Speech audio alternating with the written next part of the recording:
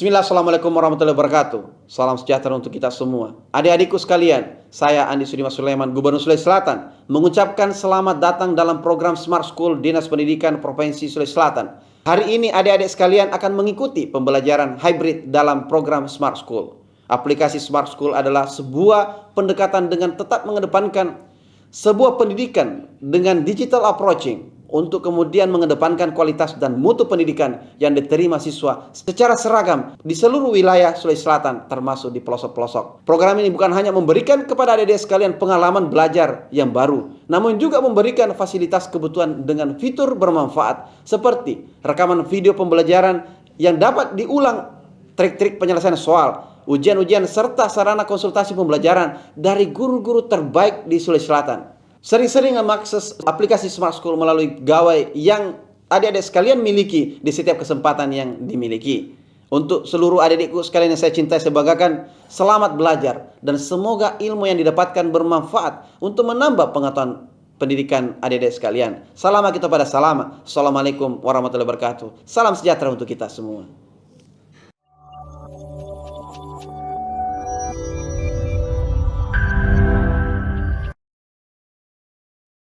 Halo, Assalamualaikum warahmatullahi wabarakatuh. Bagaimana kabarnya semua adik-adik Smart School? Tentu masih semangat belajar, bukan? Senang rasanya pada hari ini saya Suryaningsi hadir kembali di hadapan adik-adik semua dalam pembelajaran kita pada hari ini, yaitu pembelajaran kimia dengan topik atau materi unsur periode keempat.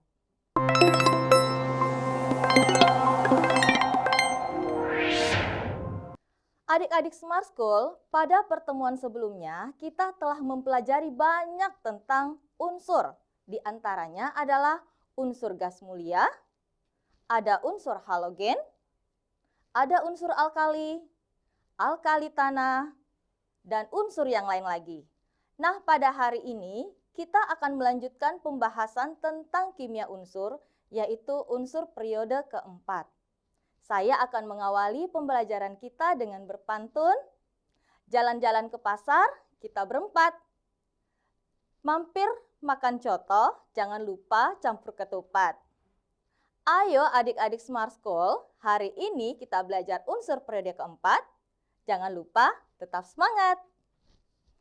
Baiklah adik-adik semua, pada pembelajaran unsur periode keempat, kita akan mengawali juga dengan motivasi. Saya akan bercerita tentang kisah 4 lilin. Nah, adik-adik dicermati ya. Karena jawaban ini akan kita temukan pada akhir sesi pembelajaran kita. Nah, pada suatu ketika di malam hari ada 4 lilin yang berada dalam suatu ruangan. Lilin pertama, yaitu lilin A, sangat merasa sedih. Mengapa? Karena tak seorang pun ingin mengenalnya. Sehingga dia berpikir, lebih baik saya padam saja. Pada akhirnya, lilin ini juga sedikit demi sedikit memadamkan dirinya sendiri. Selanjutnya, pada lilin kedua, juga berpikiran sama dengan si A. Lilin kedua berkata bahwa tidak ada yang dapat menjaga dirinya, sehingga lebih baik dia juga hilang di atas permukaan bumi ini. Maka pada akhirnya lilin kedua juga memadamkan dirinya. Selanjutnya lilin ketiga mengatakan bahwa selalu saja terjadi pertengkaran, tidak ada rasa cinta di antara kita. Untuk apa saya tetap menyala? Dengan demikian, angin pun berhembus dan mematikan nyala api lilin ini. Tibalah di lilin keempat. Lilin ini hanya menyala sendiri. Tiba-tiba terdengar seorang anak kecil berlari masuk ke dalam pintu ruangan dan melihat lilin keempat masih menyala. Dia menangis terseduh-seduh. Apa yang terjadi? Dia berkata, "Hai lilin, janganlah engkau padam. karena aku sangat takut dengan keadaan yang gelap. Lilin keempat terhentak, terhanyut, bahkan merasa empati dengan apa yang dikatakan oleh si anak kecil ini.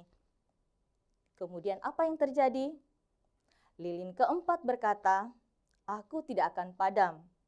Bahkan dengan diriku yang sendiri ini akan membantu teman-temanku si lilin A, B, dan C untuk menyala kembali." Nah, pertanyaan untuk motivasi hari ini adalah, sebagai apakah lilin keempat? Adik-adik boleh menyimpan jawabannya dulu. Nanti kita akan memperlihatkan dan mencocokkan jawabannya pada akhir sesi nanti. Bagaimana? Kita lanjut ya. Jangan terhanyut dengan ceritanya. Baik. Setelah dengan kisah lilin, saya akan memperlihatkan sebenarnya unsur periode keempat ini, tujuan pembelajaran apa sih yang akan kita capai? Nah, kita lihat tujuan pembelajaran yang akan dicapai pada hari ini adalah yang pertama, mengidentifikasi kelimpahan unsur periode keempat. Yang kedua, kita mendeskripsikan sifat fisis dan sifat kimia dari unsur periode keempat. Selanjutnya, tujuan pembelajaran yang ketiga adalah adik-adik dapat menganalisis manfaat dari unsur-unsur periode keempat. Jadi, inilah tujuan pembelajaran kita pada hari ini ya. Jadi, ada 3 poin yang akan kita jelaskan pada hari ini. Baik, kita masuk. Nah, di bagian pendahuluan, tentunya tidak asing lagi kalau berbicara tentang unsur periode keempat. Mengapa? Karena unsur periode keempat ini adalah unsur transisi yang berada di dalam sistem periodik. Juga dinyatakan sebagai unsur golongan B. Jika selama ini di kelas 10 dan 11 adik-adik mengenal adanya unsur golongan A, maka di kelas 12 kita juga mengenal adanya unsur golongan B. Sebenarnya pada kelas 10 dan 11 juga adik-adik mengenal seperti itu, hanya tidak diperdalam dan kita akan memperdalamnya di kelas yang sekarang. Nah, golongan ini dimulai dari 3B, 4B, 5B, 6B, 7B, 8, 1, dan 2B. Nah, itu adalah unsur transisi yang akan kita bahas pada hari ini. Berdasarkan konfigurasi elektronnya, unsur transisi ini terletak pada blok atau subkulit D dalam sistem periodik unsur. Silahkan sambil mengingat kembali materi pelajaran yang berkaitan dengan kimia unsur. Itu berada di kelas berapa adik-adik?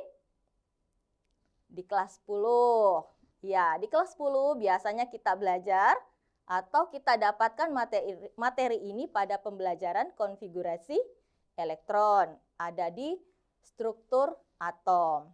Baik. Selanjutnya kita kembali dulu ke tabel periodik unsur. Pada tabel periodik unsur, di kolom atas ke bawah itu dinamakan sebagai golongan.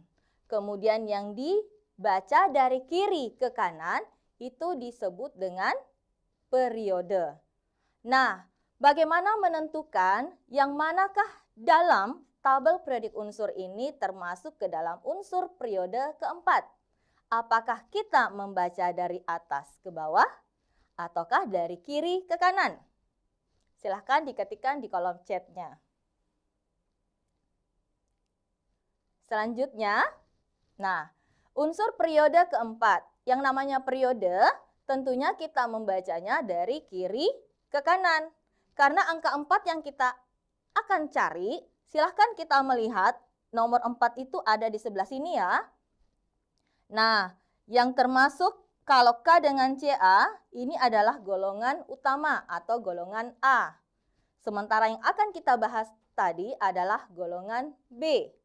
Golongan B itu biasanya berada di tengah-tengah seperti ini.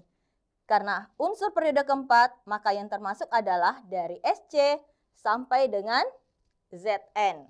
Seperti itu. Saya sudah buatkan untuk memperjelas seperti ini. Jadi kita mulainya dari SC, Ti. Di sini kita sudah berikan. SC itu adalah skandium, disusul oleh Ti, titanium.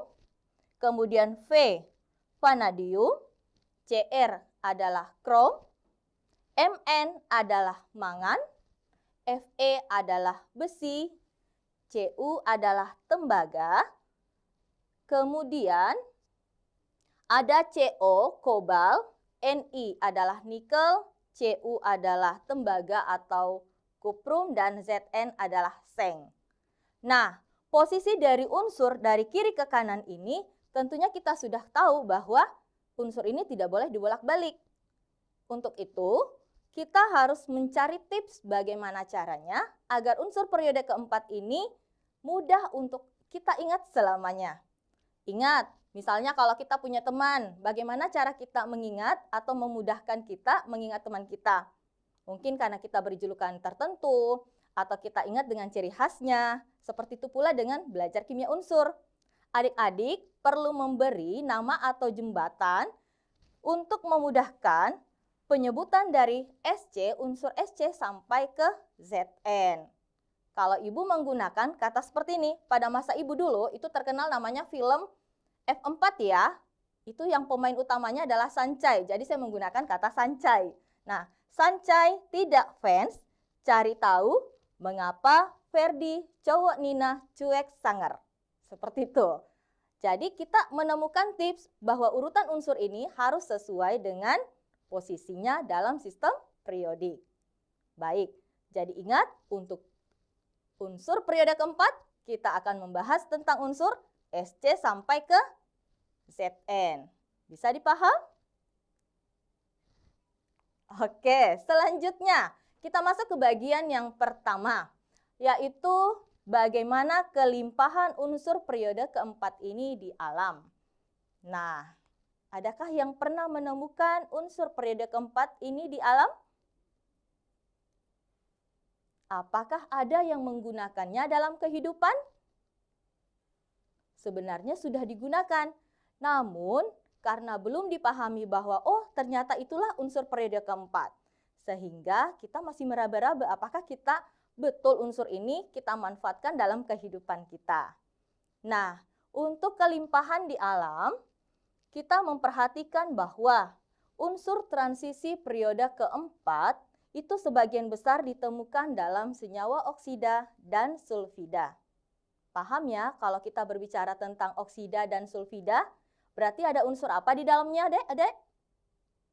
Ada unsur oksigen dan sulfur.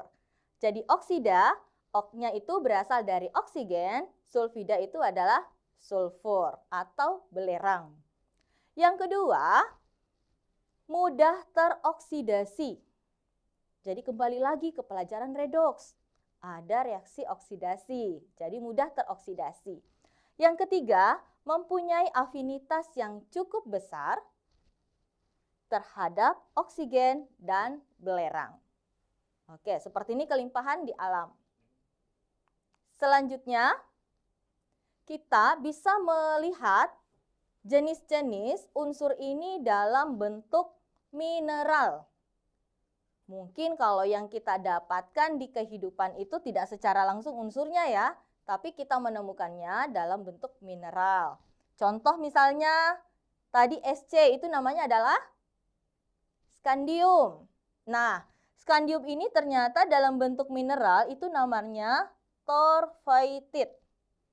Rumus senyawanya atau rumus kimianya dapat dilihat tetap mengambil rumus dari unsur SC. Nah, kita lihat ada Ti, rutil, V, vanadit, kromit, manganit. Tapi jangan disengajai untuk menambahkan it di dalamnya adik-adik ya. Nah, misalnya Fe. Jangan sampai kita mengatakan ferit, feritit, seperti itu. Nah, jadi di Fe mineralnya ada hematit, magnetit, sampai ke pirit. biasanya kalau ada soal itu ingin mengidentifikasi, misalnya yang termasuk pirit itu lambang atau senyawanya yang mana. Jadi diberikanlah pilihan seperti ini. Nah, jadi jawaban yang tepatnya adalah FeS2. Seperti itu ya. Demikian juga unsur yang di sebelah ada CO sampai ke Zn. Kita bisa melihat mineralnya seperti yang tampak pada slide-nya ya. Baik. Setelah kita berbicara tentang kelimpahan di alam, kita akan mencoba bagaimana sih sifat-sifat unsur periode keempat itu. Apakah dia berbahaya bagi kehidupan kita? Kita lihat. Sifat unsur itu kita bisa bagi menjadi dua, sifat fisik dan sifat kimia. Sifat fisik yang pertama bersifat logam dan mengkilap. Itu ya. Jadi ternyata unsur periode keempat ini adalah logam. Logam dan mengkilap. Biasanya kalau logam itu sifatnya bagaimana?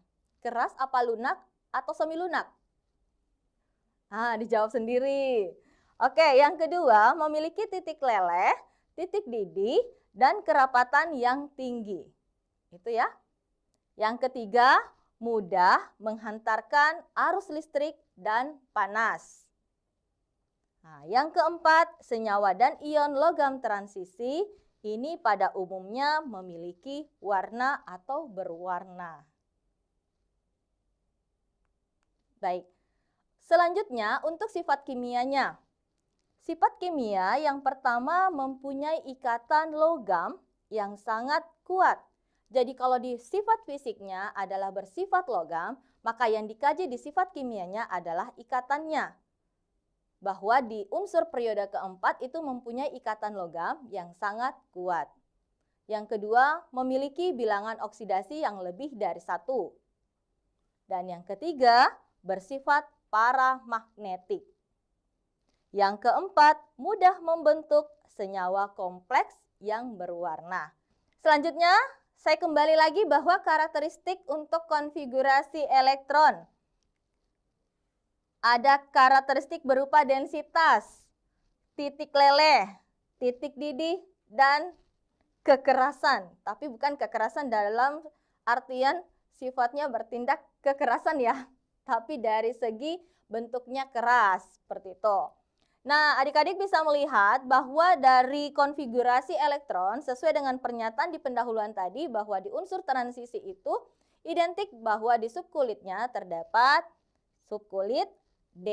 Itulah yang menyatakan nanti yang berkaitan nanti dengan sifat ada yang paramagnetik, ada yang diamagnetik, dan ferromagnetik. Betul? Nanti adik-adik yang betulkan. Baik. Nah, bagaimana dengan warna senyawa? Kita perhatikan tabel ini ya. Baik, saya lanjutkan. Sc, ini unsur Sc memiliki misalnya ada bilox plus 1, plus 2, plus 3. Tb ini artinya tidak berwarna. Jadi unsur yang tidak berwarna itu adalah Sc dengan bilangan oksidasi plus 3 atau muatan plus 3. Kita cari lagi. Unsur apa lagi kah yang tidak berwarna? Sudah terlihat? Ya, sudah lihat ya. Jadi yang tidak berwarna ada Ti, titanium. Di sini dengan bilangan oksidasi plus 4 atau muatan plus 4. Selanjutnya yang di bawah ini ada Cu plus 1, kemudian Zn plus 2. Itu ya.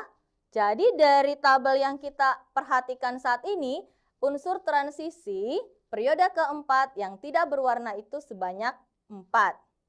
Yang pertama adalah Sc dengan plus 3-nya, Ti dengan plus 4-nya, Cu dengan plus 1, dan Zn dengan plus 2. Jadi tidak keliru lagi ketika dapat soal mana unsur transisi periode keempat yang tidak berwarna. Oke, selanjutnya. Ternyata dari tabel tadi muncul pertanyaan nih. Mengapa Ti4+, Sc3+, Cu+1, dan Zn+2 itu tidak berwarna?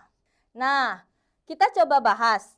Ti itu memiliki nomor atom 22 ya. Sudah betul? 22. Nah, sekarang bagaimana kita menjelaskan bahwa Ti dengan muatan atau biloxnya 4+ ini itu tidak berwarna. Kita perhatikan ya. Nah, jika ada unsur yang memiliki muatan 4+, pertanyaannya apakah melepas elektron atau menerima elektron? Silahkan. Kapan kita melepaskan elektron, maka unsurnya bermuatan apa? Atau analoginya seperti ini, logikanya. Kalau orang yang banyak uangnya itu sering mentraktir temannya kan, berarti nilainya plus. Nah, berarti yang sering mengeluarkan itu nilainya plus. Sementara yang sering menerima bantuan itu nilainya negatif. Nah, saya kembali. Jadi ketika 22 Ti dengan muatan 4+, kita bisa melakukan penyingkatan menggunakan gas mulia, yaitu AR ya. AR itu nilainya 18. Nah, disusul oleh 4S2. Oke? 18 ditambah 2 itu sudah 20. Sementara yang kita butuhkan adalah 22. Sehingga kita membutuhkan satu subkulit lagi, yaitu 3D2. Nah, ini adalah penulisan konfigurasi elektron yang kita telah pelajari pada pertemuan sebelumnya di pembahasan kimia unsur yang lain ya. Nah, untuk 22 seperti ini, namun yang diminta adalah 4+. Dalam artian, unsur Ti ini harus melepaskan 4 elektron terluarnya. Maka yang kita lepaskan siapa dulu? Apakah dari AR-nya ataukah dari kulit terluar? Elektron yang berada pada subkulit terluarnya. Ya, kalau misalnya dalam suatu kerajaan, tidak mungkin rajanya dulu yang langsung kita serang ya.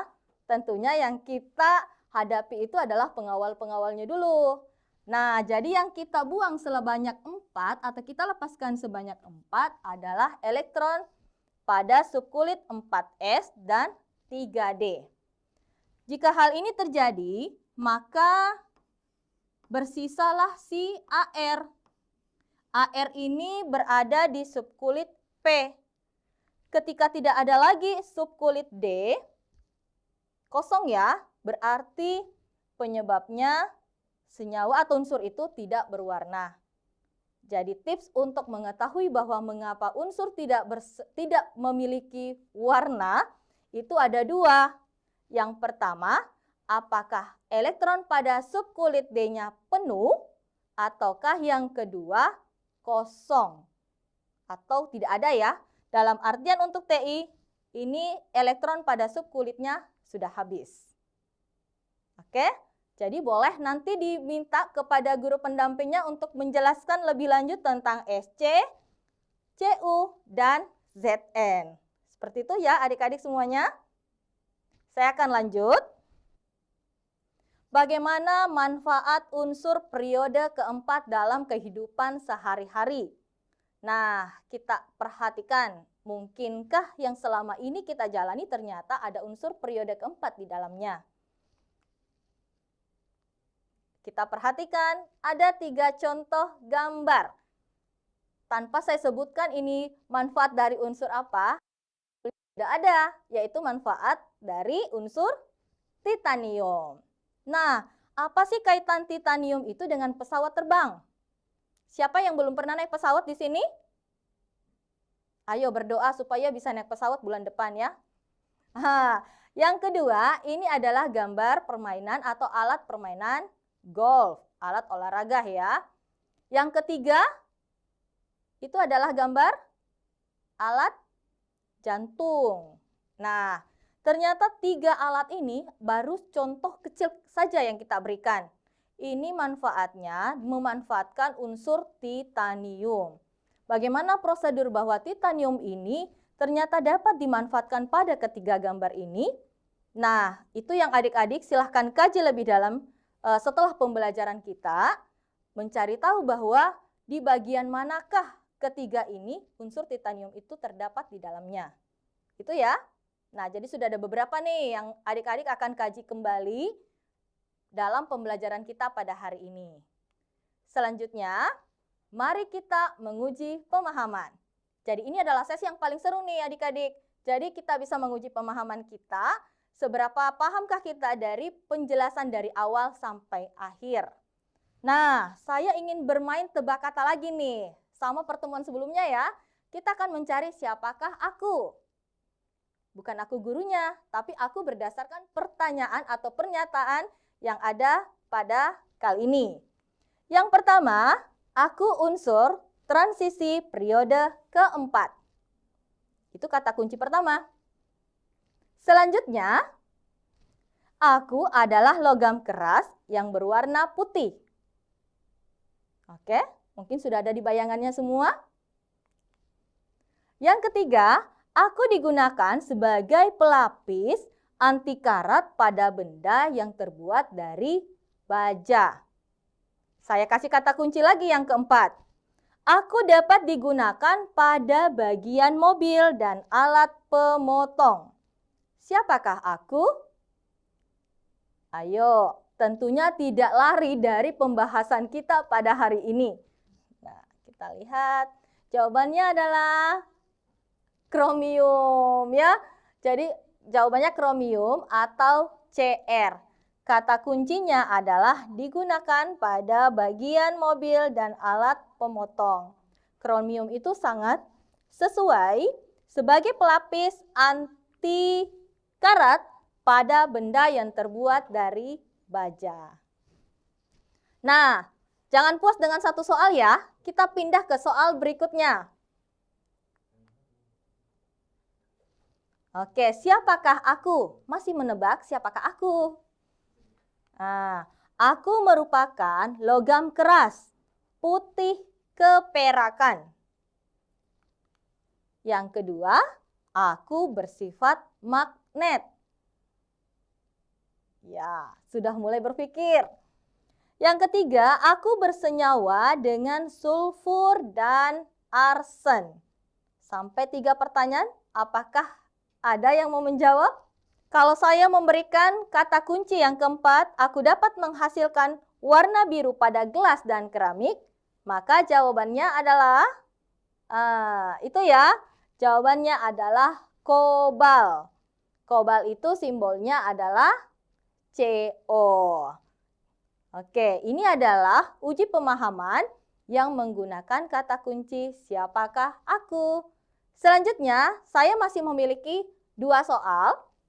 Yang pertama adalah soal pernyataan ya. Jadi kita akan melihat apakah dari pernyataan 1 sampai 4 itu semuanya benar ataukah hanya sebagian saja yang benar. Kita coba cek kalimatnya satu-satu. Yang pertama, jika unsur X mempunyai nomor atom 26, maka jadi ingat untuk unsur atau nomor atom yang nilainya 26. Yang pertama, dalam sistem periodik panjang termasuk dalam golongan unsur transisi. Benar apa salah? Tadi unsur transisi itu punya nomor atom dari nomor 21 sampai 30. Maka jawaban nomor 1 benar. Oke. Yang kedua, konfigurasi elektron di kulit terluarnya adalah 4s2, 4p6. Bagaimana? Tadi setelah subkulit 4s2 muncul subkulit apa namanya? Nah, muncul subkulit 3D. Jadi bukan yang ini. Jadi ini bukan ya. Karena tertulisnya 4P bukan 3D, maka soal ini untuk nomor 2 pernyataannya kurang tepat. Yang ketiga, unsur tersebut mempunyai valensi lebih dari 1. tadi kita pahami bahwa unsur periode keempat itu pada umumnya memiliki bilangan oksidasi lebih dari 1. Pada tabel tadi ya, yang ada dengan warna-warnanya. Jadi pernyataan nomor 3, betul. Seperti itu ya. Nah, mempunyai bilangan oksidasi paling tinggi. Bagaimana? Mempunyai bilangan oksidasi paling tinggi. Untuk 26. Ragu? Pasti jawabannya seperti ini. Kalau saya pilih 4-nya benar, itu tidak ada pilihan di ABCD. Soalnya kalau pilihan yang benar itu, kalau A yang benar, itu jawabannya, maka pernyataan 1, 2, 3 yang benar. Jika B yang benar, maka jawaban pernyataan yang tepat adalah 1 dengan 3. Jika C yang benar, maka pernyataan 2 dan 4. Sementara pernyataan yang D itu hanya 4 saja. Jika E yang benar, maka jawabannya benar semua ya. Nah, jika seperti ini maka kelihatanlah jawabannya ya adik-adik semua. Bisa? Oke. Nah, saya punya tadi ya, ada pertanyaan tadi kan? Kira-kira di lilin keempat itu namanya apa? Kita cocokkan jawabannya. Lilin keempat itu adalah harapan. Jadi saya berharap adik-adik semuanya jangan patah harapan. Semuanya harus bermimpi dan memiliki harapan yang besar. Nah, kita sudah berada di penghujung pembelajaran kita pada hari ini. Saya ingin menyampaikan bahwa mari kita hiasi hidup ini dengan kebahagiaan dan rasa bersyukur. Seperti halnya dengan unsur transisi yang selalu menghiasi dirinya penuh dengan warna. Saya Suryaningsih dari Smart School mengucapkan terima kasih, mohon maaf, dan pamit undur diri dari hadapan adik-adik semuanya. Wabillahi taufiq wal hidayah. Wassalamualaikum warahmatullahi wabarakatuh.